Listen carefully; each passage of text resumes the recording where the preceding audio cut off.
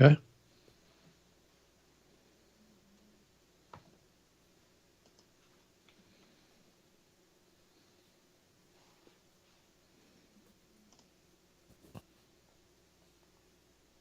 Welcome to the new media show. We're back. Doing the new media show again. People are actually going to listen to this junk. We do it live? We're live right now. We'll just do it live. We're going live. We're going live. We just can't get enough. The new media show. Let's go. Just do it live. We're going live. We're going live. Bada bing, bada boom. The new media show. We do it live. Just do it live. We're going live. We're going live. We're going live. The new media show. I'm like Adam Curry and you're more like John C. Dvorak. I think I am Adam Curry and you're the old curmudgeon. We do it live. Doing the new media show again. The new media show. Technology. Whew. We make it sound so special. And it is so special. Welcome to the show, everybody. Welcome to the new media show. Rob, how you doing? Yeah, I'm doing great, Todd. It's great to be back doing the show again. It seems like, it's like old days doing this show every time we do it. Yeah, and last Wednesday it was snowing, and I was snowed in, and on a horrible internet connection. Did you? I don't think you even made it into your studio, did you? Nope, never left the house for about 36 hours, and wow. And we've got about 12 inches, but it was blowing, and I just worked from home. It was the most 2 productive days I have literally had in years. I didn't turn the TV on, didn't have no radio on. I just crawled out of bed, sat down at the desk, and worked for 12 hours. It's the power of focus, right? Is that what the message is? Oh, yeah. And the kitchen was right there, so I went and made myself a sandwich. Yeah, so, no, it was... you need a snow day once in a while. I just wish I didn't have any internet, so I could have just slept in or something, know? Or you had a justification for being offline, right? Yeah. But no such thing. But I had to suffer through the blazing 15 megs down and 3 megs up. I was actually able to have... it should be glacial, I think is the right way of calling that. Yeah. Right? Yeah. I was able to have some Zoom meetings, but people said I was... twitching. Right. It's the cool new thing. It's like a jittery thing, right? That's right. But big news today, big news. Matter of fact, I entitled this show on YouTube, Podcast Hall of Fame inductees have been announced. Yes, they have. I don't know if you want to pull it up on the screen, Todd, to show... show everybody on the video side. So I went. The regular website was not updated when I. Let me go and see if it's updated now. All right, because I saw the press. Here we go. All right, so let's go ahead and bring up the big screen. And what we have is the Podcast Hall of Fame 2022 induction list. Mm-hmm. And we have Dr. Virginia Ginger Campbell, brain science. Oh, this is, she's a long time podcaster. Yep. Actually, that is a pretty consistent thread here across most of the inductees. So, of course, Mark Maron with WTF. Mm-hmm. Nikayla Matthews Akomi, Side Hustle Pro. I don't even know how long she's been podcasting. She's been in the medium for... I think 2017, something like that. So fairly new, but she's had an impact. So Dr. Emily, interesting, 2 doctors in the group. Dr. Emily Morse, Sex with Emily, Chick Flick Production LLC. And she's been around the medium a very long time too. She started back in 2005. So she's been around a long time. And holy smokes, Dave Slusher. I bet there's a lot of people here that have no idea who he is. He's actually, what's interesting about Dave is that Dave actually started podcasting before you or I did. That's right.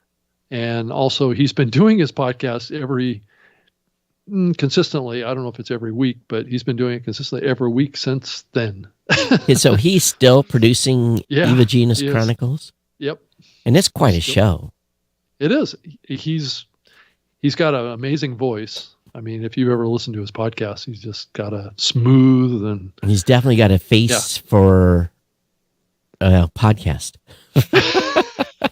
Well, I mean, Dave is a very good example of, to a large extent, who was involved in podcasting back in the early days. Yeah. I mean, he's a geek, he's a programmer.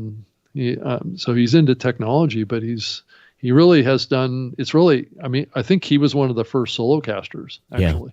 Yeah. And then Evo Terra, of course. Yep. Everyone knows Evo. Most people do. Glenn Washington. With Snap Judgment. Yeah, it's been a long time public radio program for many years. And Molly Wood, This Week in Startups. Oh, so she's got a long history in the medium too. Right. So here is the list. And again, 8 inductees. I personally know 3 of the 8. I may have met Ginger some years ago at a podcast conference. I'm almost positive I have, but I haven't seen her in some years. Yeah, I knew probably half of these folks prior to this. Yeah, the other half, I've known about for many years. Yeah, I just haven't had a direct conversation. I'm familiar with Emily from Sex with Emily. And I'm familiar with Molly. Yep. I don't know if I've ever met her or not. And then Glenn Washington, I'm sure I've met him, but I don't know if I've met Nikala. Nikala, is that how you pronounce it? Nikala. Nikala. Yeah. I don't know if I've met her. Here's the thing: you go to events, and some of these folks don't go to Podcast Movement, or that's just there's not a history of them. A lot of them going. I got you. Yeah. Well, I think Ginger, Dr. Campbell, has been to some in the early days. She was early. How long has she been podcasting? I think 2005. I think. Yeah, 6. Something so like a that. while, I think she's been doing that show as long as I think. Emily Morse has been doing her show, so I think. She's been around a long time. So how long has Emily been doing her? She been doing her show that long? Since 2000? 2005 is when she started. Wow, really? Yep. Huh. Well, awesome. Well, and now she does a live show on Sirius XM. So it's a combination of a live program that she does with Sirius XM and as a podcast. Was she partnered with someone else in the early days? I can't remember. Or has it always been her? She was working pretty closely with Loveline for many years. So she was doing a show with Dr. Drew and Adam. Right. There's where Right. That's right. So awesome. So very diverse group, and definitely some OG folks there. Mark Maron with WTF. Mark has been a attendee of Podcast Movement. I've seen him a couple times at that event. I've talked to Mark a number of times over the years. Yep. And so anyway, great list. Mm-hmm. There are so many more. Oh, there are. And here's the thing. Rob and I have got a little bit of insider baseball on this because we got to see the full list. Right. And there's a huge number of people on that list that are all like, we could have inducted 25. Oh, probably more. Yeah, easily, Plus, as I've been thinking about the Hall of Fame more and more, I keep coming up with new names. So it's like, oh, wow. Yeah, it just creates a pool of folks that for consideration in future years. Yeah. I think the pool is strong, and I think that pool is very deserving. And I think over the subsequent years, there's going to be more people that get added to that list for consideration too, that have an impact. There was, again, on that list, there's a couple of people that I added to the list that did not make the cut here. And you had some, and, oh yeah, so, and I'm sure as these folks come on board and they start suggesting names too, the pool gets bigger. Yep. So, I hope that over the next couple of years, we can do, this same repetition of number of, it's going to take a while to pull everybody in. So It's just Right. like you want to honor everyone that you can, but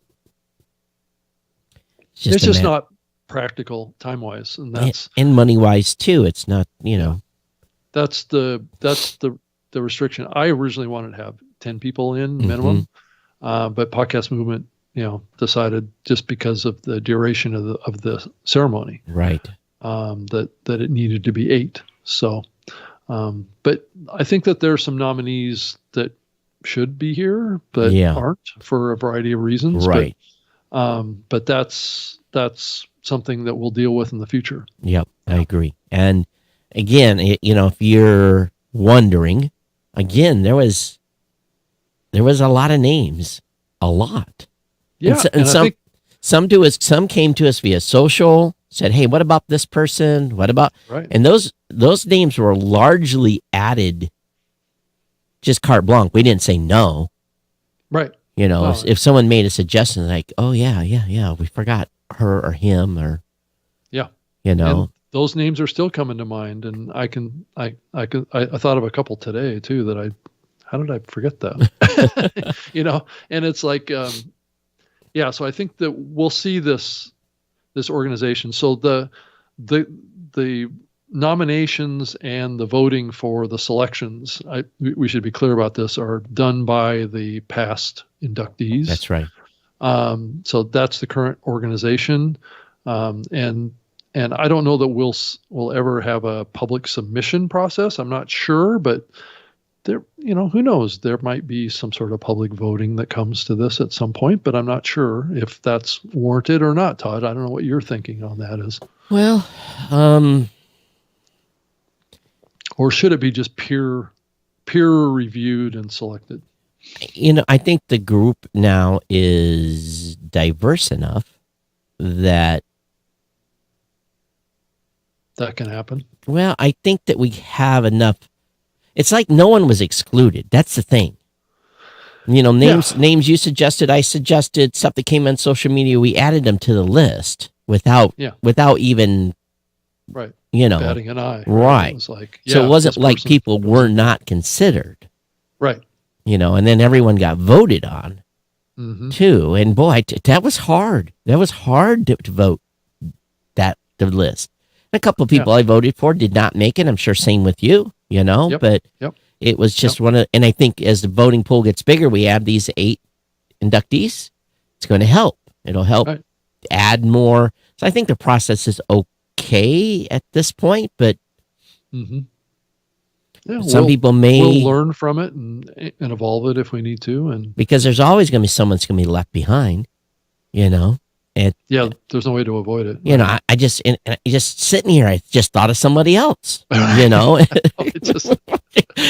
like, damn, how come their name wasn't on the list, So it's, and I'm not trying to go all the way back to 05. Well, that's a good point, Todd, because if you go look at the website, if you want to go to podcasthof.com and look it up on the About page, it does have a new criteria for inclusion in the Hall of Fame that's different than the original one that was started back in 2015 and went through 2018. It's been, I don't know if it's been relaxed, Todd, but I think early on it was 10 years minimum. Right, now it's 5 years. Now it's minimum, 5 but years. That's not even 5 years. It isn't even really that hard and fast. So I think that there has to be some time. Yeah. Someone comes in today and is gone tomorrow. Did they really move the space and have an impact? And have they been around long enough to have an impact? Right. And That's the other thing. I can honestly say all these folks have had an impact, and created great content. That's the main thing here. We've got an incredible list of creators. And here's another thing too. They're not creators that get talked about all the time. There isn't, you don't see the names you see in the news a few of these folks have good publicists, but for the most part, how many people know Dave Slusher and Evil Genius Chronicles? I would say, unless you were an early days podcaster, you probably don't know about him. So, maybe that's where some of the old timers had some influence on Dave's induction. But, look at Mark Maron. He's still cranking. Well, I think didn't Mark start like back in 2008 time frame? He's been in, well, as long as I can remember. It all runs together for me. Yeah. And you look at Evo. Evo's been doing stuff for years. Oh, yeah. I mean, been a fixture. He was really a pioneer in the whole audiobooks. That's right. Podcast. People probably don't even know that now. Right. Audiobooks. Audiobooks, yeah. Was very early to the audiobook side of podcasting, which Scott Sigler popularized with what he was doing with his audiobooks. So, he's also in the Hall of Fame. So it only makes sense to have Evo in there. And then more recently, Evo has been very relevant too with what he's been doing with his podcast pontifications podcast that he does. And really kind of pushing the envelope on maybe different ways of thinking about the podcasting medium. And that's always good to have innovative thinking and thinking that's outside of the box.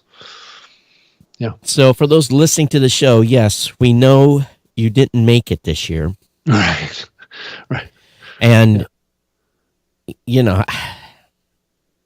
I wish we could have done more, but. I know. Yeah. Because we missed how many years? 4. So, there's the potential of 20 or 30 people we could have. Right. Brought into the space. So let us knock on wood here that we keep this rocking and rolling. Well, we'll see how it goes this year. Maybe there is a way that we can tweak the induction ceremony to get it to 10 people or something like that.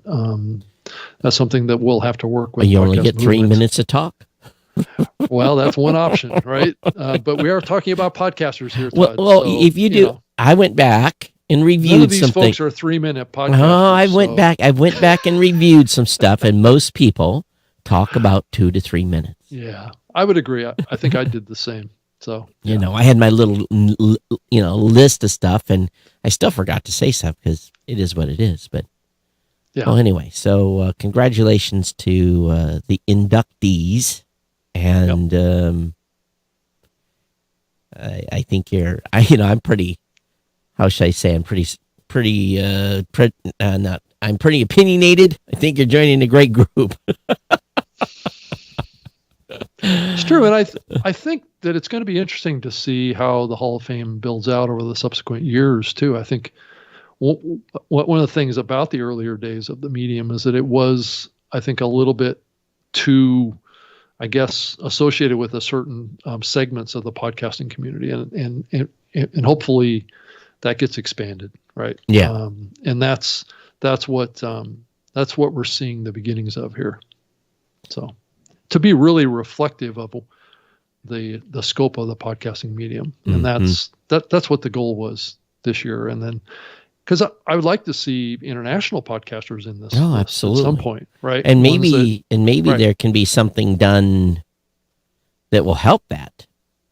Yeah, and I think it's also working with the international communities to come up with pioneering shows that were early to the medium that we don't necessarily automatically come to mind, that maybe we weren't aware of. Because it is true that the visibility of the activities of international podcasting, or podcasts that were being done outside of the U.S., wasn't getting a lot of visibility in the early days of the medium. So there may have been some shows out there that got started early in Brazil or outside of the U.S. that you and I don't know about, or the inductee list doesn't know about. So I think getting feedback from outside of the U.S. is going to be important too. Yeah. Well, speaking of awards, the podcast awards registration is open. Okay, terrific. And not too much pushback yet for the increase in price and registration. Oh, well, tell us about that, Todd. I moved it to 50. Oh, you did? Okay. Yeah. Yeah, so what wasn't it 35? It was 30. So 30, this is a pretty big jump, but we've got work to do. And there's stuff that we want to do to the website that this year I'm going to try to budget $4,000 to $5,000 of dev work to the site. And in order to get that done, again, it still doesn't make me any money.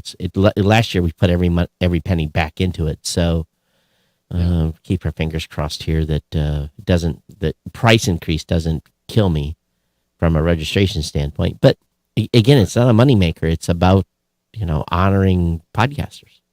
Yeah, right. That is the goal. So for the average podcaster that registers in one category, it shouldn't be a big stretch, but we have some that will register in 3 or 4. Mm-hmm. So they might be a little more hesitant to register in so many categories. So when are you going to do the awards ceremony for that? Well, it's going to be same thing. International Podcast Day is right now. Yeah. Oh, okay. Got it. I didn't know if you had changed the date or not. And if we get to the point where we can sustain I'm trying to make this so it's still affordable for the average podcaster, and we're still not going to get to an award ceremony on that kind of a budget. To get to an award ceremony, I'm going to have to go to to the level like the Ambies does, but it's a different deal here, or not. Right. So I don't think we'll ever get there. And it may be someone, if we get a couple great sponsors. Last year we had Linktree came in and sponsored, which helped a lot. Mm-hmm. And if we get a couple of corporate sponsors in some of these individual categories, well, then maybe there's the possibility of having a small event to start off with. Yeah. It used to be me begging for space at some podcasting event, standing on a stage and handing out trophies. Those. Yeah, right. I remember those. And I do remember there was conversation. I think this was back in, 2008? Back when, in the early days of when you were doing this, the New Media Expo. Remember, I saw this press release online, or this news announcement online. I did a search for Podcast Hall of Fame, and you had actually, I don't know if you ever deployed it. I can't remember if you ever deployed it, but you had the idea to create a Hall of Fame back in 2008. That's why I bought the domain name. Right. And did you ever launch that? I can't remember. No, I didn't. I didn't think so. I kind of, well, let's just be honest. When they announced the Hall of Fame with the podcast movement, I was kind of like, shit. That was my idea, right? And I'm not blaming them, but I'm like, okay. By the way, I've got the domain name. Right. Yeah, because I remember Rick Calvert, or actually I saw in this press release, Rick Calvert. That's a name that many people won't know, but some do and don't want to remember. Right. Yeah. He actually was the organizer for the New Media Expo, which is the very early podcasting conference before Podcast Movement started. And so Todd was working with him to put on the podcast awards, and I believe the 2008 New Media show. The New Media Expo. Sorry. Yeah. I don't want to confuse it with this one. And then we had the event. Right. There was a year, let us just say there was 1 year that there was there was awards, but I didn't run them. Oh, yes. Those awards. Yes. I believe that was in 2014. 14. That's why in our past winners, there is no 2014 in the list. People often ask me, how come? I said, well, technically it wasn't mine. Or, and just to give everybody to know what happened was I sold the podcast awards to New Media Expo in early 2014. Right. I worked with them. The first, and I basically had a contract contingency that they didn't get the domain name until their final check cleared. Right. Well, the first check cleared and this next two bounced. So it by default, because the way the contract was written up, came back to me. And actually at that time, you probably remember the conversations, I was not really too happy about that. Right. I was not excited because, it become this labor of abuse. And that was the following year. I think we ran it 2015 like we normally did. And then we did a GoFundMe and raised money to get the site updated and change the whole process. And, that's in its own history. Right. And there's a few people that still, to this day, are pissed off at me over a few things that transpired. At that event? Well, at the subsequent year event in 2015. Oh, yeah, right. Yeah. Right. Yeah, it was a There were some upset people at that year's event too. Well, that's 2014 true, event. but I had been drinking that day. I was 4 drinks in when the thing started, and I just had to sit there and take it. Yep, and watch and shake my head. It went total, it was this complete commercialization, and I was like, man, the fix is in. Well, if you remember correctly, Dr. Emily Morse was one of the co-presenters of that award ceremony that happened. And there was, a very, how should we say it, commercials. There were actual literal host-to-read commercials during the live ceremony. So I just like, you've got to be beeping kidding me, It's just like, oh my God. Well, it was a metaphor for podcasts. I can see where they came up with the idea, but it's just a bad idea. Yeah. But this year we did add one new show to the legacy show, the fantasy football. The fantasy footballers are no longer, so the sports category folks are going to be happy. Right. Because they are no longer eligible, and they join a list of shows. Now it's up to 1, 2, 3, 4, 5, 6, 7, 8, 9, 10, 11, 12, 13 shows are no longer eligible to participate. Mm-hmm. And because we basically say, if you win your category 5 times in a row, that's enough. Yeah, you're done. You're done. And you become part of the legacy group. Right. Or you could become the podcast that's the name of the category, right? That's right. So actually, we're going to be updating the sports category because ESPN held it before. Right. They've been usurped by the fantasy footballers. So really, we've eliminated two huge shows in the sports category. So the sports folks, you got a chance this year. Right. Not the same people winning every year. But right. It's always tight, even regardless who won. But anyway. Right. But again, credit goes to Podvader for coming up with a simple solution to honor the legacy shows. So he sent me an email saying, hey, dude, you're pissing a bunch of people off. Why not this? I'm like, oh, that's a good idea. Yep. So, yeah, we'll see how she goes. But anyway, enough toot my own horn here. Tom Webster says, NME was such a shambles at the end. The thing I remember about New Media Expo the last year was I have gotten very strategic in picking booth locations. Right. And I had picked a booth location that the main entrance door to North Hall would have been right in front of me, and the people would have funneled down 1 or 2, maybe 3 lanes, and I was in one of those 3 lanes. So I was stoked. I got there, and they had built a wall across the back. Yeah, I remember that. I was so pissed. We went from having you were locked out. We went from having the best location to absolutely the worst. They could see you, but they couldn't get to me.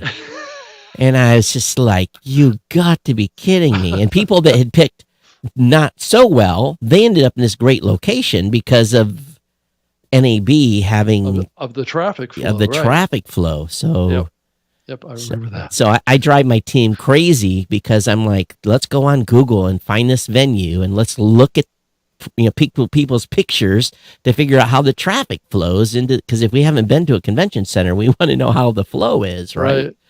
Yeah, it's always been this, and this is kind of a backstory about the podcasting hosting companies that go to these conferences. It's every event, at least in the past. I mean, it hasn't been going on for a while now, too much, but everybody's competing for the best booth location. right. It's like, where's the best one to go? Right. You know, where's the traffic coming through? And if you got the best booth, it was like, I don't know how many times you guys gave me a hard time because I got a better booth location than you. Right. It's just like for NAB.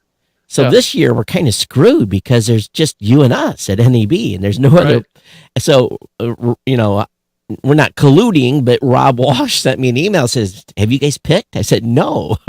Where are you picking? And he told me, and I said, okay, because we weren't picking for like 7 days later because we don't have as many points because you guys go to more events.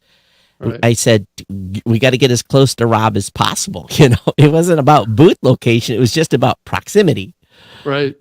So that we can, so it's kind of funny. And then we found out there's going to be a couple of other companies. I said, man, you should have talked to us. We would have told you where to pick. So we'd have been a little closer together. Yeah. Create our own little podcast pavilion area, which is what we used to have at the event. Right.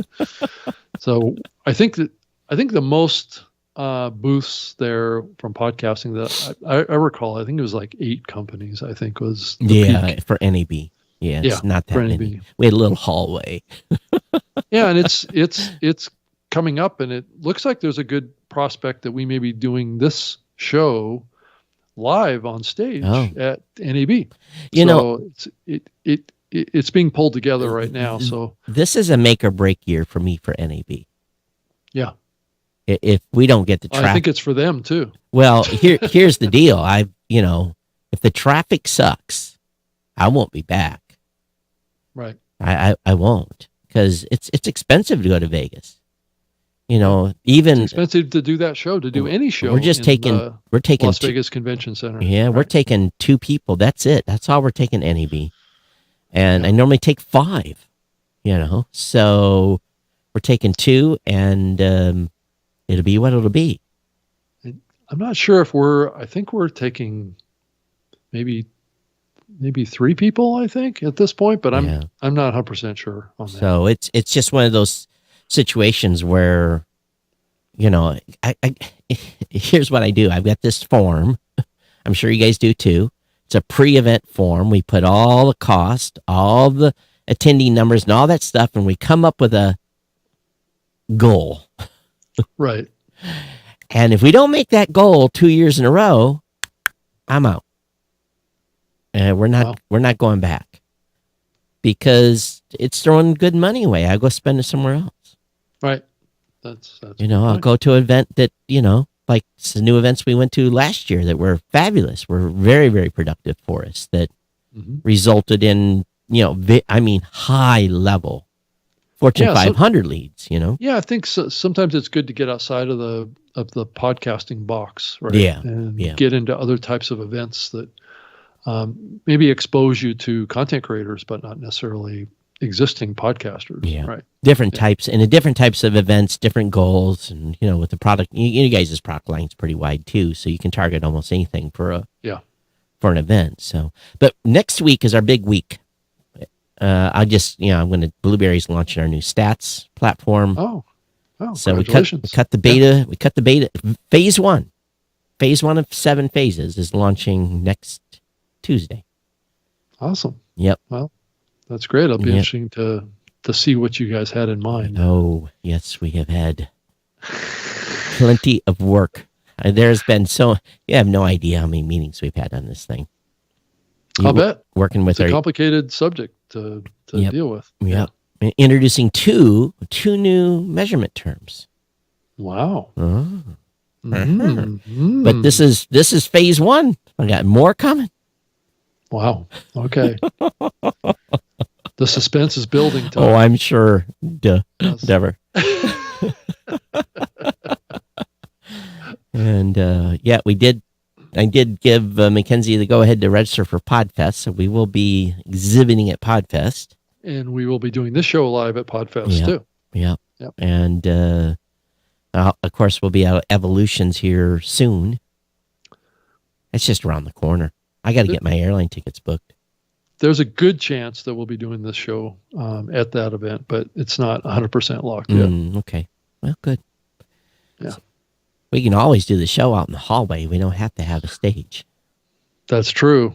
That's true. Yeah. I mean, we may need to at Evolutions, if we wanted to be live, we may have to bring out our own camera and laptop or something. Okay. So we shall see. Let me know as quick as you know on that so I can start planning. But I have an idea. Okay. The idea is we'll have someone coordinate with us, and we will use StreamYard. Oh, good. Yeah. Okay. Well, so That'll work. Yeah, we'll coordinate with someone to run the StreamYard stream somewhere else. Right. And then just loop us in and get everything up and running. So that's what we did at CES.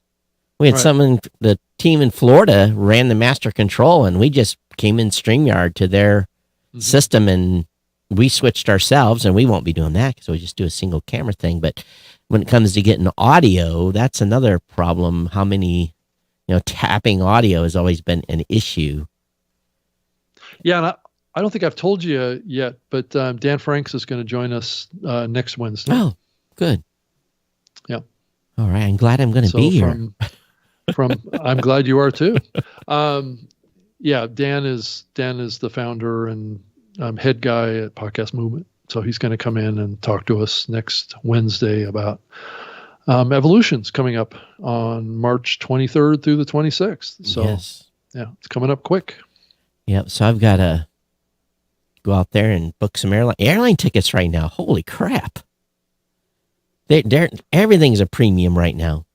Grocery. I got a pretty cheap air ticket. How much was your ticket? I think I'm paying like $150 one way. Who are you flying with? Allegiant Airline or something? Alaska? Yeah.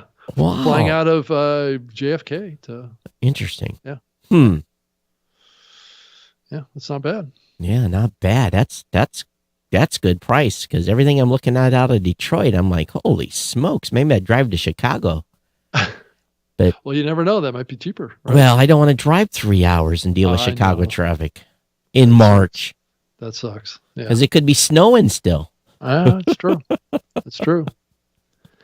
So we could move on, and there's a bunch of other lots of stuff going on. Interesting things going on in the medium, and not of the least of which is Mr. Joe Rogan and all the stuff that's spinning around him right now.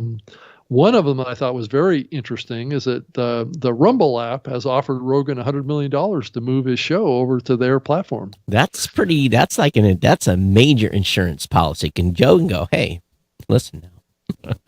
It's a negotiating. Yes, it too, is. Right? It is. Like, it is that's a serious. Now, of course, Joe's not going to get out of the contract easy because I'm sure there's all kinds of failure to perform type of clauses that probably will cost a lot of money. So Rumble might have to put $200 million up to get him because it might cost Joe $100 to leave. Right.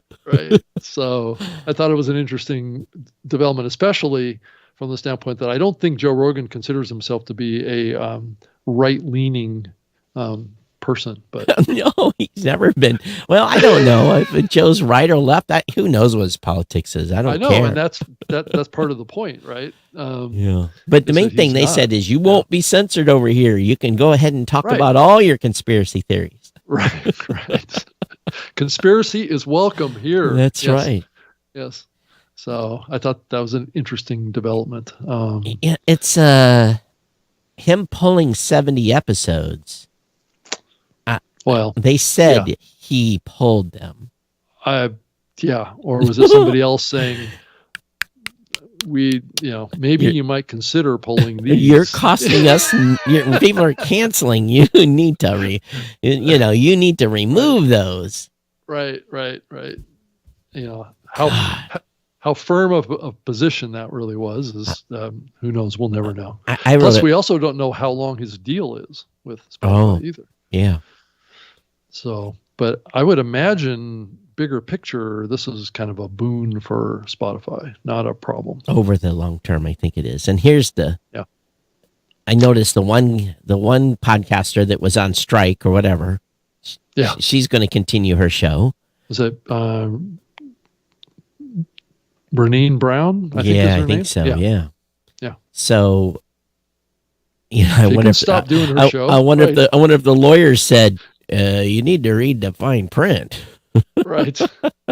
Be careful what you can't do. you Right. can't go on strike. And I'm just speculating. That's Todd's speculation here. Okay, my opinion. I mean, most contracts don't have out clauses that enable political positions. No.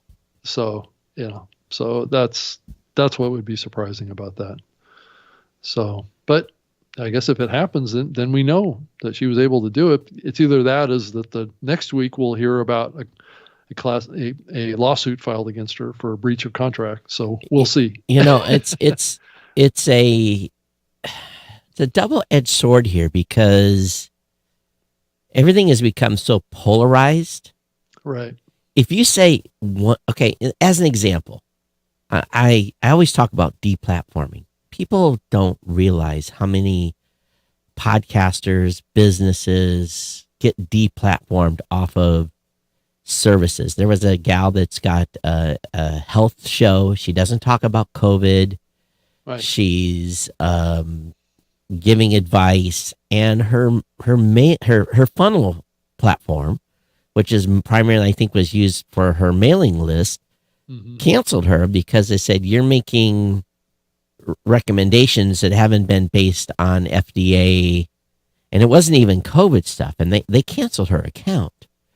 So I continued. People, once in a while, I'm vindicated for all the times I keep telling people, own your own stack. Right. There's this cool thing. There's these cool applications out there that you can, if you have a server, there's applications you can buy that will do everything that MailChimp does. And I'm not saying MailChimp is the company that canceled her, so that's probably a bad example. But a MailChimp type system, there's you can roll your own on your own.com. You can roll your own. It's true. What an analogy to well, it's right. okay. I'm not talking about rolling a joint. I'm talking about, having control of that platform. So you paid for the software. They can't shut you off. Right. And this is one of the reasons why, again, I don't want to toot our own horn, but when we built PowerPress, if we go out of business tomorrow, the plugin still continues to work. Yeah. Some people will have to find a new place to host, but some people use the plugin without hosting with us. So, right, they can host it off their website, or they can host it at podcast host du jour. Now we appreciate it when they do host with us, but at the same time, so I have to walk the walk here and continue to tell podcasters, you need to control your brand. You need to control your stack. If you have a funnel, you need to, and again, this gal was flabbergasted. She goes, how was I, I'm just giving health advice. Been doing it for 20 years. And now someone's changed. I haven't changed, right? Right. The market has changed. The market has changed, and how businesses are so risk adverse now. If you say anything controversial, you're gone. You make a news headline somewhere, you're done. So, and again, 99.9% of people are never going to have an issue, but I see it every week. Todd, do you see that reaching like a critical point where it starts to swing the other way again? I mean, the censorship gets so bad that, there is no censorship if you have your own.com. No, I realize that, but I'm just saying, from a culture perspective, at what point do we see pullback from extreme censorship, or is this a perpetual motion type of a situation? I always watch the comedians. Yeah. And when the comedians start bashing on it, right, then it's a sign maybe the tide is changing. But I think, and please, people, don't take this the wrong way. I'm just making a literal comment here. I'm not saying this is the actual fact. Mm-hmm. But I think people have, I'm not going to say what I was going to say. People have lost their doggone minds. and we can't have a conversation anymore. I can't say that person's crazy. Look at what they said. Right. I can't just say that now. I have to be an activist. Right. We used to laugh at people that did stupid things. Now it's like crucify him. Right. So it's not that extreme yet, but I don't know. Is it going to come back? I'll keep saying it again and again and again. Podcasting is the last bastion of free speech. Those that have their own RSS feed. Yeah, I certainly hope it is. And I guess the bigger question that I was alluding to is that going to abate at some point and start to open back up again, or is this a pathway that's kind of like a downward funnel that gets more and more censorship, leads to more and more censorship, leads to more and more censorship? Well, when you have people that can't come on college campuses and speak anymore, right, then that's being ingrained. What happened to being able to have a conversation? We can all have, I don't care if you're right, left, center, pink, purple, blue, green, whatever. I don't care. Yeah, I think it's, at the end of the day, it's about trust, right? It's about trust. It's about knowing the facts and feeling confident that whatever facts are being put out are accurate, right? I mean, or are we in an era now where it's hard to distinguish now between what's true and what's false? Okay, so 20 years ago, before the internet really got rocking and rolling, right? Who told you the news and who told you the truth? Walter Cronkite and all those other organizations that did it, and they were trusted, quote unquote. But how do we know that they were not manipulating us from? And I'm not saying they were, because people are going to flip out, because Walter Cronkite's revered, right? And it's also a limited access to information causes more trust. The media controlled the funnel of information that made it to our newspapers and televisions. Well, now every Dick, Tom, and Harry has a cell phone, and he's putting out a TikTok video with something that's going on. How have I? You know where I get most of my real news? I get it off TikTok. People are in Canada, showing what's going on with the convoy protest. You see the real thing. Or on YouTube, right? I would say too is another place. Even though it probably has some levels of censorship in there too, but Todd, these are issues that we've wrestled with our own platforms, right? And where do you draw the line? I mean, it's we both have terms of service, right? Yep. That have certain restrictions, but those restrictions are very small. Oh, that's very small. Yeah, and you say you're going to kill somebody, you're going to be off my platform. Right. You do something racist, you're going to be off my platform. Right. So what we've seen is an expansion of things that qualify for that. Right. And I'm not sure that it's really justified. I'm not sure that people are harmed from sharing a different opinion. Versions of the truth change. Okay. I'm just going to go there. In the early days of Rona, you were vilified if you said that this leaked from that lab. Okay? Right. You were vilified. Right. You're taken off the air. You were censored. Right. You can't say that because it hasn't been verified. Right. But guess what? That's what their justification So was. now guess what they're talking? The narrative has changed. Oh, well, probably or maybe. And, there's still no proof, but now it's so we have to learn that you can't trust the media. Sometimes you can't trust the government. You have to make an educated decision yourself on what you think is real and live your life. But at the same time, Todd, it's also true that information comes out over time, right? Just like what happened with the Joe Rogan interviews, right? Right. But information comes out over time that changes people's opinions. Right. About But things, you were not. But the thing is, okay, why couldn't have people had an opinion in the very beginning that this was the case without being vilified? That's the problem. Right. That's the problem. Is okay. Maybe I don't agree with you. I think you're wrong. I think this was, something that happened naturally or whatever. I think you're wrong. What's wrong with saying that instead of being crucified? So yeah, I think it's always linked up with vested interests, right? Follow the money. Right. And that may be what's really behind all this. Yeah. Is that there are interests that have, everybody's has some level of bias about things, right? Yeah. It depends on what their motivation is for having that bias. Having spent 25 years in the military and doing what I did, I don't trust, I have a very strong opinion about what happened. Right. I've had to keep that to myself. Well, there's no denying that we've lost how many millions of people from this thing and all this, so those worldwide, right. Right. Yeah. And there's no denying that.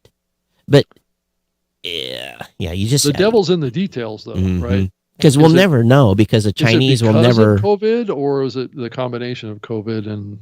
I think COVID amplified it. Pre-existing conditions, right? Yeah, I think. I think COVID, right. The whole COVID thing, right, amplified this desire to silence people that have a differing opinion. They might be completely wrong. And history does have it. There's lots of examples of people getting things early incorrectly. So, and there's sometimes people get it right early, and they get discredited until it gets verified. I was vilified for years saying ownyourown.com, have your own feed. For years. Oh, that's crazy. People will never, ever change business models. And, well, it's still only happened in a small percentage. But yet at the same time, what's happening with that is that's what journalism is, right? There's no more journalism. No, but I mean, the disclosure of unknown information, right, has always been seen as journalism, right? It's the investigative reporter that's breaking the story, right? That's always been the mantra that I grew up with, right? And now all of a sudden, any journalist that does that is demonized, right? But again, and some people are going to come after me, I'm sure, after the show. But again, we're just trying to have a conversation here about the conversation people are having. I'm not making any claims. I'm not, I'm not a doctor, or, all this stuff. And you and I love talking about this topic because it cuts to the chase of what we've been through in the podcasting space for many years. Joe is he's like a poster child for it right now. Right. And but is it justified, Rob, or not? It's only the tip of the arrow. There's a lot more. Whoa, there's a lot more fodder for the new media show. There's a lot of shows out there that are, putting stuff out there going, okay, all right. Yeah, right. And some, and it is so, but they're not Joe Rogan stature. So they don't get the same.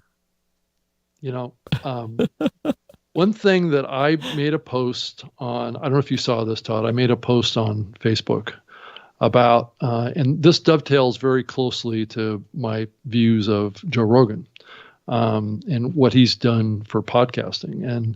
And this post that I made is, what are the three major aspects of a great podcast? Right?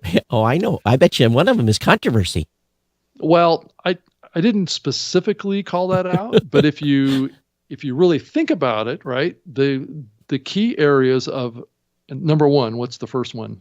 Good value content, right? Sure. A combination of educational, entertainment, informational, and interaction, right? Yep. While being able to tell good, short, and long stories. Yep. Right. Okay. That's the premise of number one, right? So think about Joe Rogan in that context: educational, entertaining, informational, and interaction. Yep. Does he check all those boxes like anybody else in the medium? Nails it on and just knocks it out of the ballpark. Yeah. So everything he's doing, and I think he genuinely is curious. I think some people suppose that he's doing this controversial content purposely, to stir things up. I think he genuinely is interested in these topics to find out the truth. I think so too. Yeah.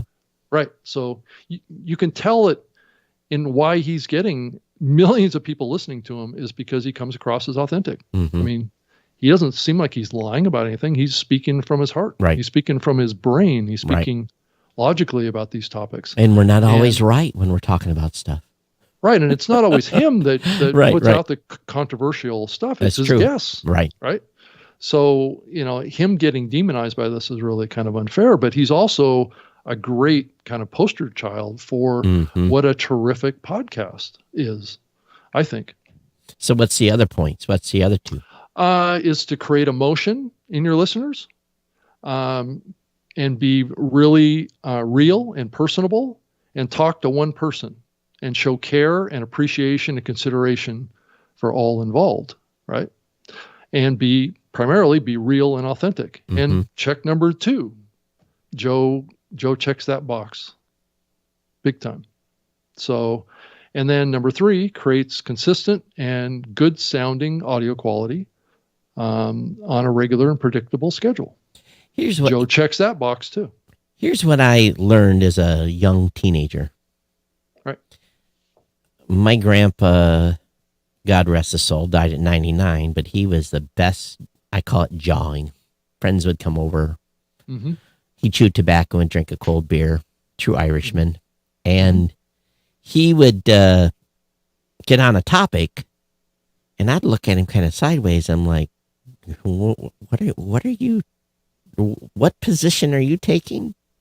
And he was the master at playing devil's advocate to get a rise and get a very boisterous conversation going. And people would not necessarily know he was playing devil's advocate. I knew, but and he had fun with that. He would have made a great podcaster today, but and oftentimes I'd be like, wow, what was that? He said, I just wanted to give the old boys a hard time, and so for me, it was about, because otherwise, if you always agree with, if you say, Rob, this remote control is black, right, and it's got yellow and green buttons and blue buttons on it, and you tell me, no, Todd, that's red. Right. Well, we can have an argument about it, right? But you have a conversation. Todd, it has red in it. It has red in it. Right. We have a conversation. It must be red. That's right. We have a conversation, and maybe it's not a good analogy here, but the thing is, it was a conversation, and we can't have conversations anymore. You have to be conformist. Yeah, and it really stifles one's ability to, I think, create a compelling program. I mean, if you're not willing to question things and explore other ways of looking at situations and stuff, that's kind of primarily what a podcast is supposed to do, or many podcasts are supposed to do that kind of thing. And if you're pulling the rug out from underneath them, it's not going to make as good a show as possible. I don't do it as much as I used to. But once in a while, on my tech show, I call it, basically I'm going to get on soapbox. And it was basically my bully pulpit to go on blast. And it was usually some policy or, one of the things I'm really irritated right now with is, the government's getting ready to give billions of dollars to internet service providers to quote unquote expand their networks and bring universal internet to everybody in the country. Well, they've done this 2 or 3 times and they've flushed that money down the toilet, and not really expanded. So for me, it pisses me off. And I talk about it all the time from a look what they didn't do with that money and look at how this is being wasted. And yet all of rural America is stuck on 15 megs down and 3 up, like me. And so, of course, it's a personal thing, but boy, I tell you, sometimes I start getting on that rant and people get upset and they provide feedback. But it's a different perspective. They live within a service area of a charter or whoever, and they can get 1 gig internet for $99 a month. Right. And so it's all about perspective sometimes too. But, I don't necessarily be controversial, but sometimes I get replies back to the show that would be like, you've lost your mind.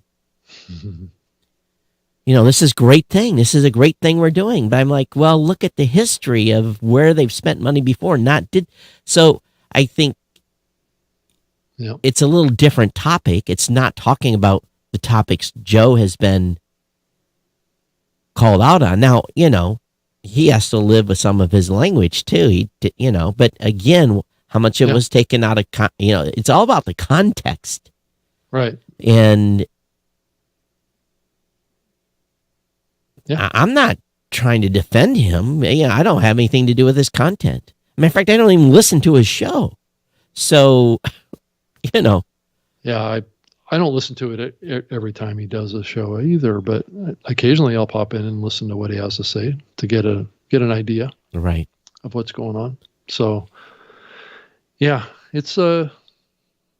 It seems like a recurring theme here, but I think we all, and all of you that are listening to this, understand I hope you do. I hope you appreciate the special thing we have here, because do we want Spotify to be the gatekeeper of content? Do we want Amazon to be the gatekeeper of content? Well, I think they're going to try, Todd. I think all those big companies are going to try and be considered a gatekeeper. There's no question. That's what big media companies have always done. And whether or not they're going to be 100% successful at it is a big question. And ultimately, they are responsible to their shareholders, their owners, the board of directors, performance, subscriber numbers. So it's all boils down to $100 bills, or $1 million bills. $1 million. That's what it ultimately boils down to. So companies are going to make a decision based upon how it's affecting, if Joe starts hurting the bottom line enough, they'll bail on him. They'll let him go. If he hurts their bottom line enough, he'll be gone. But there's a teeter to point, right? It's like there's a balancing act they're playing now, and hopefully they'll get through this and it'll all level out. But if something happens and it goes too far, they'll say, okay, this is too big of a liability. You're out of here. And he'll be back in the midst of the rest of us with a public RSS feed and still be on the air. So, and be probably bigger than ever. Right. So I think taking him off of Spotify isn't going to silence him. So thus the beauty of what we have and what's possible. We started this space because, and some of you get mad when I do this, but we double fingered the media and the gatekeepers early on in this space, because I couldn't get on I couldn't get on Xbox. I couldn't get on these other platforms. Who was I as nobody? Right. Or a big cable network, right? In the scheme of things, I'm still nobody. I'm a podcaster, right? Right. In the whole big world of this. So, but guess what? I control my show. Right. And no one can tell me no. And Todd, I'm sure you're seeing this too, but you're seeing alternative platforms start to pop up that are not censoring. But there will, will they survive? Well, well, that's always the question, right? Mm-hmm. But it's always, it also is a demonstration of that there's an alternative pathway here. That people can aggregate around free speech, and people are willing to build platforms to support that. And if they scale and get bigger than the legacy media, then guess what? The legacy media made a mistake. Yeah. So, yeah. It's, I think there's room. The problem is, I don't know. Something has changed.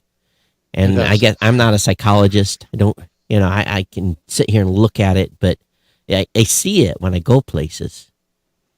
I see it, how people are just things have changed. And,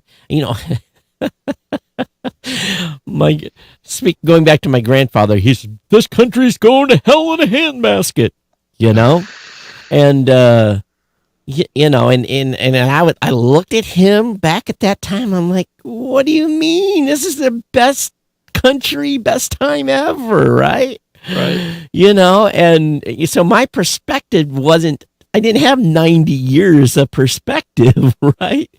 And I wasn't living in 1907. I was, born in the 60s. I was a, boomer.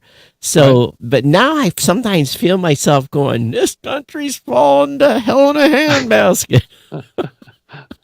Yeah.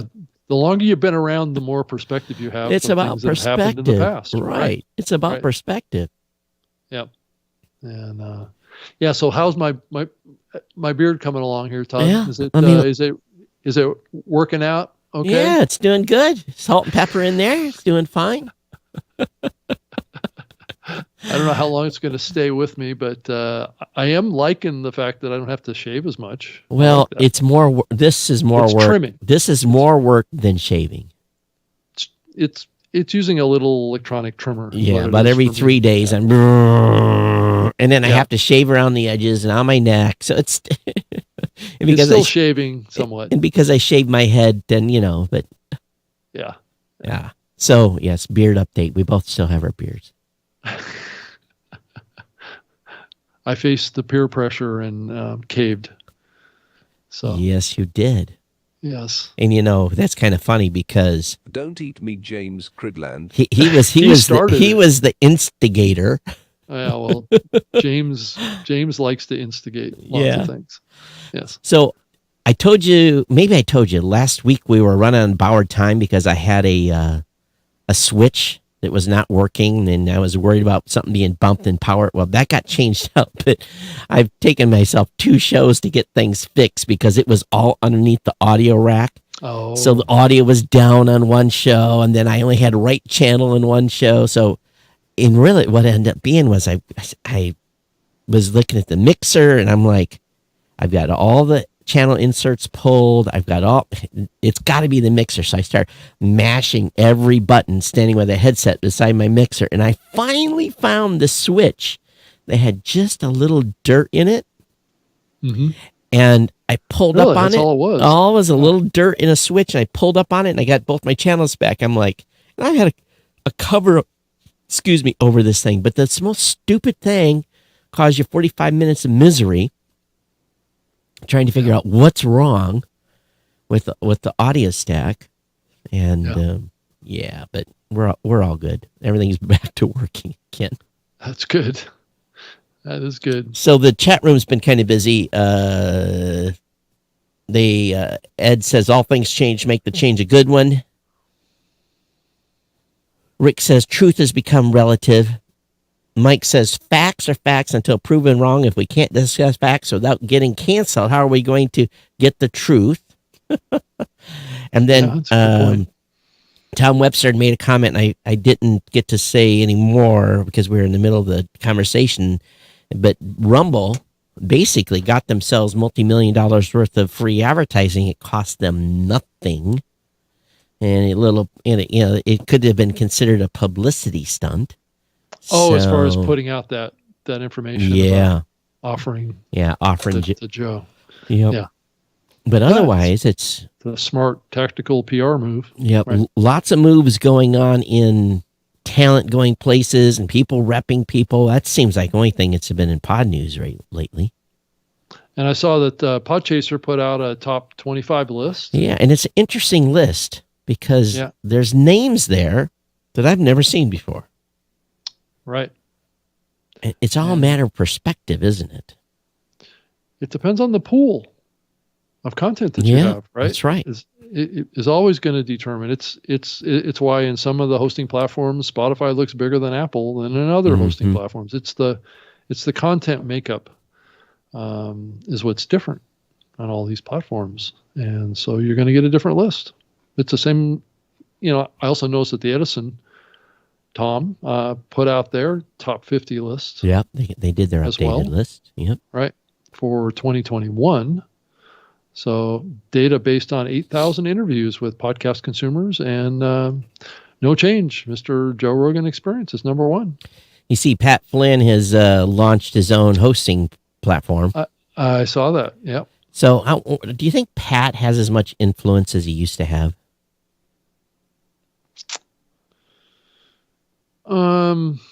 Probably, I don't know. That's a good question. To a I'm not certain really crowd, sure. to a certain crowd, he probably does.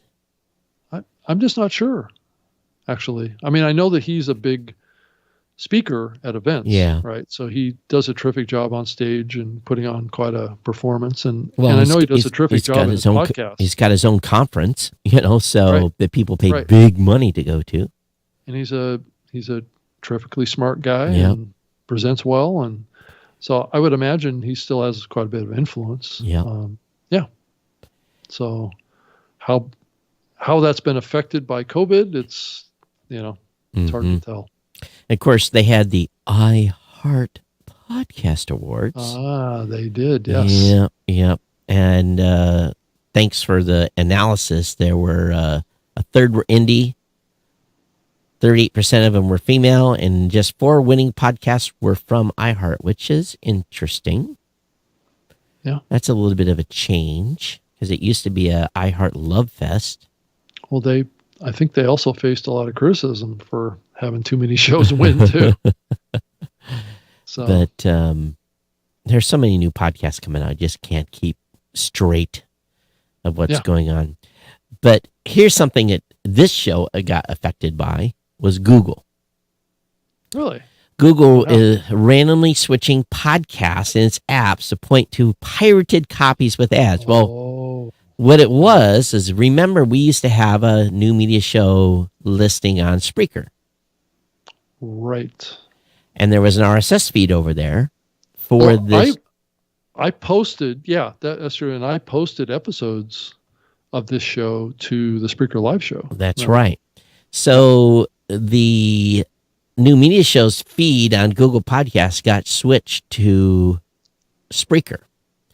And it took me, I don't know, I had to escalate twice in Google. What I had to do was I had to verify that feed. I didn't want to verify it. I had to verify it. Then I had to pick of the 3 feeds Google has detected, and I don't know how they got 3 because one of them should no way be in there. I then had to say again which one was primary, but I've done that before. Right. They're randomly updating which feed they're pulling, so please be sure that if you haven't checked your show over on Google Podcasts, that you do so. Make sure that it's being pulled from the correct feed. Right. And now mine wasn't a pirate situation. This was our own self-doing. Right. By putting the new media show over on Spreaker. So, but other people have had pirated feeds picked up by Google, and Jason Calacanis notices one of his shows, All In, switched to a feed that it wasn't supposed to be. I thought the new media show that was over in Spreaker was just a pass-through show. Well, that's what I thought too, but apparently Spreaker has a public RSS feed for that show. For that show, okay. I thought I turned that off. Well, it got turned back on again. Something somehow. got turned on. So you have to go claim. Now, for my situation is the email address that was on Spreaker and the email address in my Google Podcast account was the same. So I didn't have to do any verification. I was able to claim it real quick and then make the change. Oh, that's good. But it was just annoying, and I honestly wrote a little pissy, very pissy email to Google, and because I was having a hard time, and they admitted that there was a issue, and they escalated it up, and basically so that I could get the feed changed back. But I had already told them what the primary feed was. So that's what irritates me. Something's going on over there. With Google? Yeah. And they do have a way to report a pirated podcast as well. Apparently Google has something. Well, let me look here what James put a link up. How to report a pirate podcast. Do a search for a pirate. Got to do a DMCA. Yeah. So, you have to do a DMCA takedown of that to get it removed. But, same thing with Podland. They had the same problem. It switched in December from podcast host Buzzsprout to a 301 redirect on Captivate. the former host. So apparently Captivate didn't take the feed offline when they moved. Mm-hmm. But Got it. oh, by the way, ladies and gentlemen, if you ever redirect your RSS feed to a new host Mm-hmm. and keep publishing on the old platform, your podcast's not going to update. What would lead you to that conclusion, Todd? I don't know. Interesting. Yeah, I guess that redirect is supposed to automatically redirect all the episodes too, right? Is that the idea behind that? Yeah. So it just redirects the feed. It's there's a little bit of confusion on that. I know some platforms will. I know Spreaker did this for a while before they did pass-through, where you could import the RSS feed and it would automatically pull the episodes right from your RSS feed into a new account. Now right? that's part of PowerPress and Blueberry. If you create it, if you've got an existing podcast, we ask you, do you want to move the media, and we migrate it. So yeah, so don't confuse that with what we're saying. Right. It's a different deal. Yeah. But anyway, I saw that. I kind of, that's ironic. I'm like, well, that sucks. I said that to myself when I read that on Pod News about the Google thing.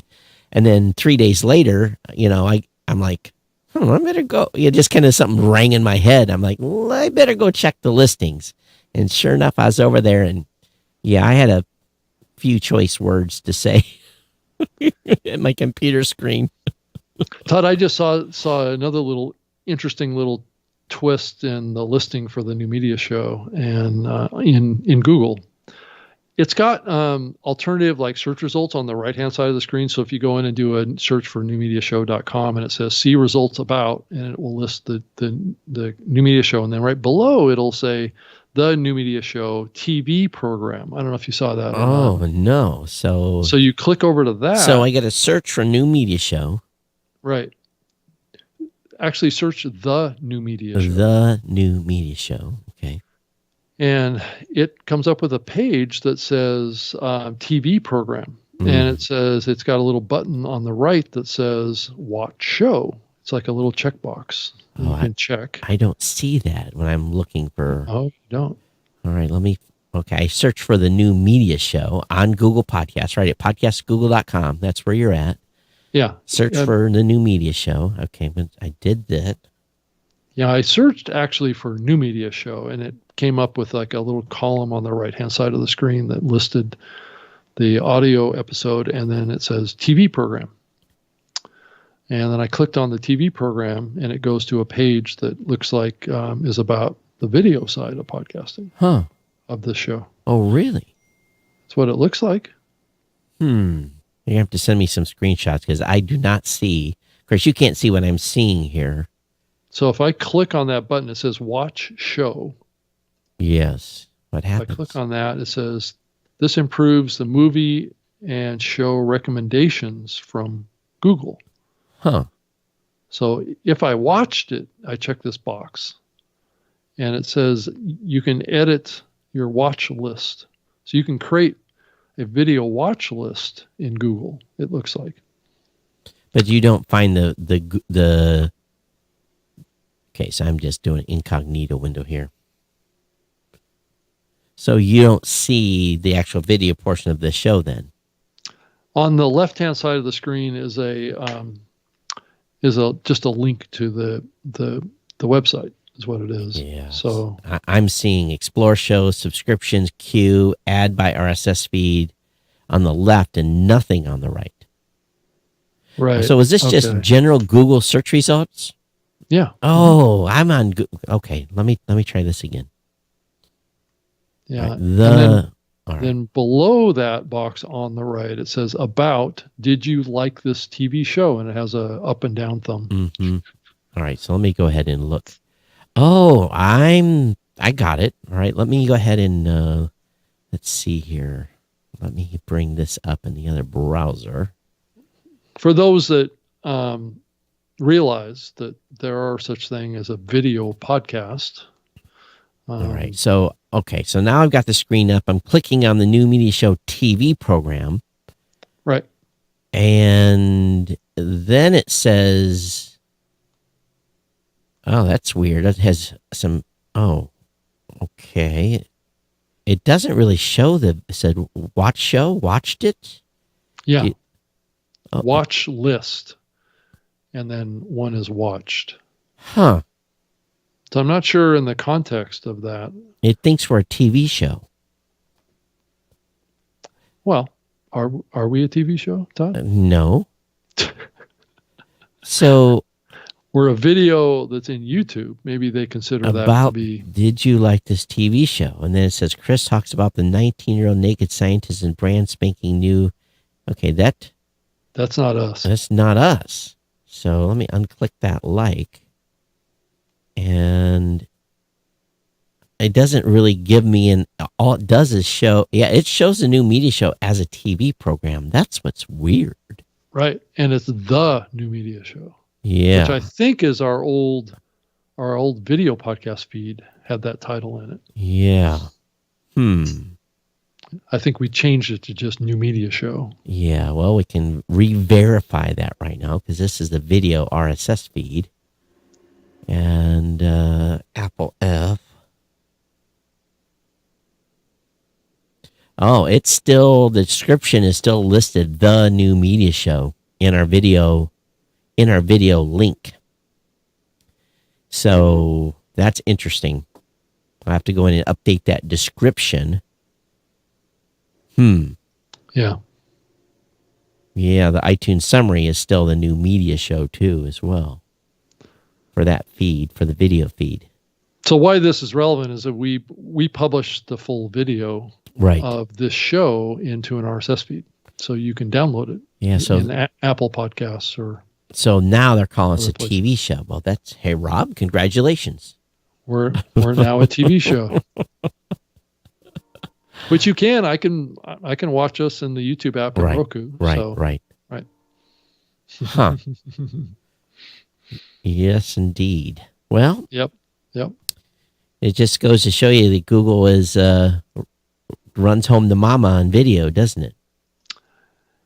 I think video is an important. It's becoming important again to podcasting. Do you see more shows? Well, we see a lot of shows doing live, but Yeah. the majority of them do not publish them as a podcast RSS.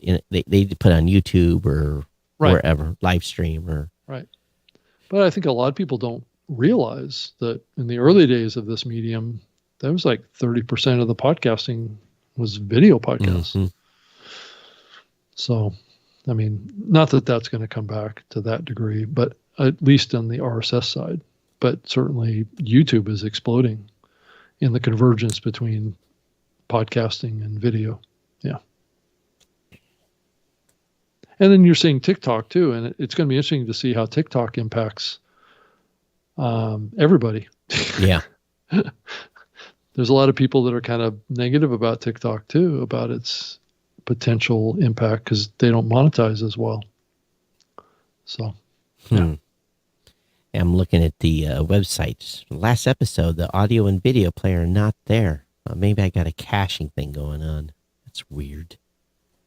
I can go to the site and see what's going on from my perspective. Let me open an incognito window. That always fixes it.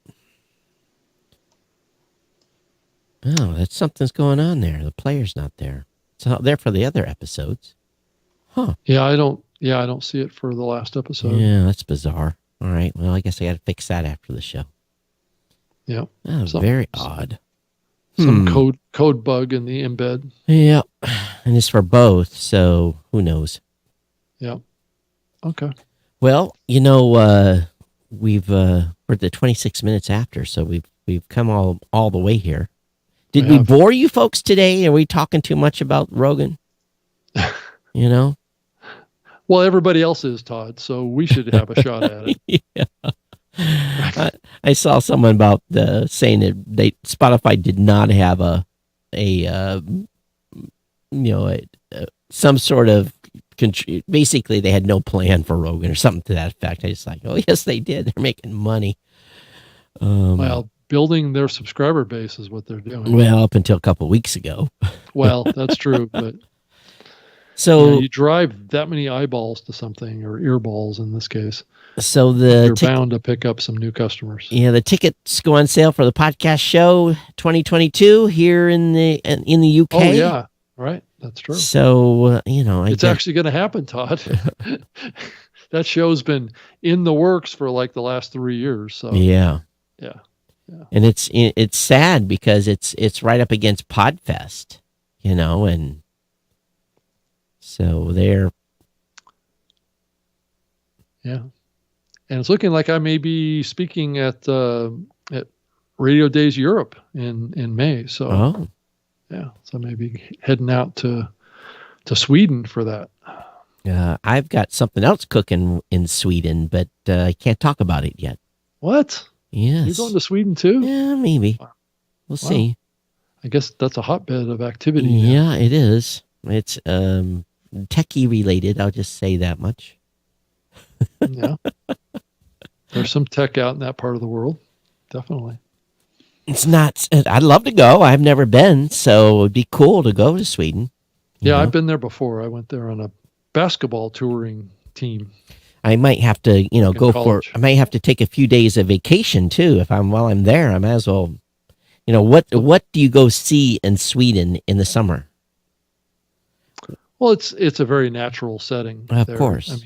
I mean, popping over to Oslo would be a good idea too. So that's in Norway, right? Popping over there is a good idea. Making sure you go to Stockholm, obviously. Mm-hmm. But Oslo is terrific. Copenhagen is great. So, getting out in nature a little bit is probably a good idea in those countries.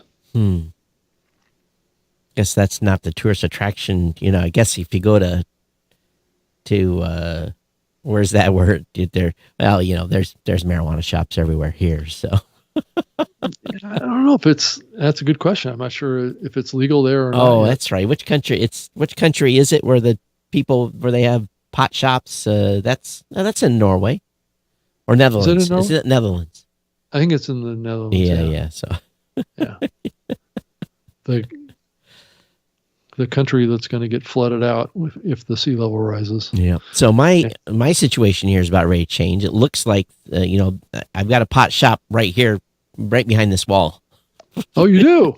Wow. Right there. There's a dispensary, and then in a couple months, there's going to be another one on the other wall. So I'm gonna be sandwiched between two dispensaries.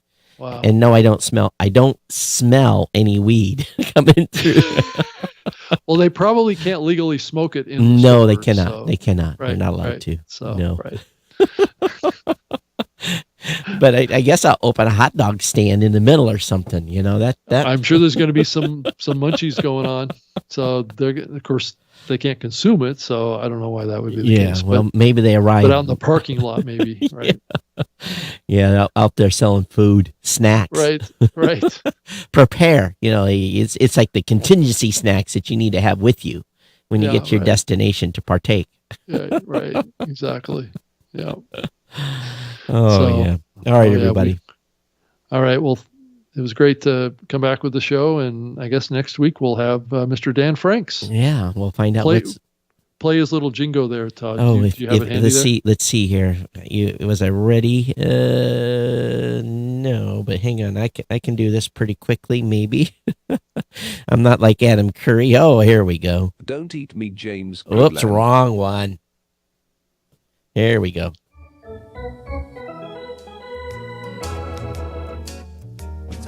Dan Franks. Talking about Mr. Danny Boy. Dan Franks. We're talking about Dan Franks. Yeah, baby.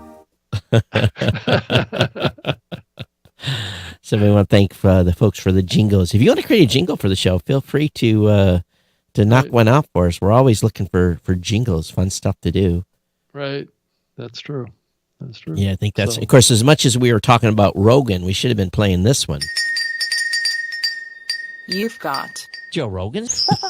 Hello, freak bitches. I forgot we had that. And I forgot we had that one. And of course, we've got this one here. Don't eat me, Tom Webster. We got two for Tom. Tom Webster had a great point. Huh? Wait, what? That phrase makes me nervous. Right. Oh. Oh yeah. There's the infinite dial. And beyond. All right. You I got know. them all there, Todd. Yeah, I know you guys are sick of our jingles here, so I won't play with you much more. We'll get out of here. All right, I'm Todd at blueberry.com, at Geek News on Twitter. I'm Rob Greenlee, at Rob Greenlee on Twitter. And then you can send me an email if you want, robg@lipson.com. Or you can go check out my website, robgreenlee.com.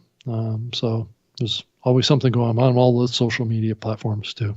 And the views of this show, the views of this show is by the host only, not reflective of our prospective companies. So let's just keep that in mind Right. in case someone is like, I'm going to complain.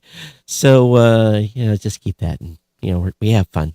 So, all right, everybody. We'll see you next time here on the New Media Show. Everyone take care. Bye-bye. Bye.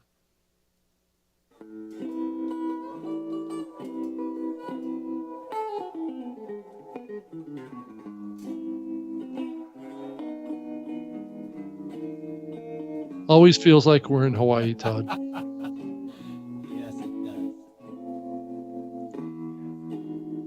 We need a better one.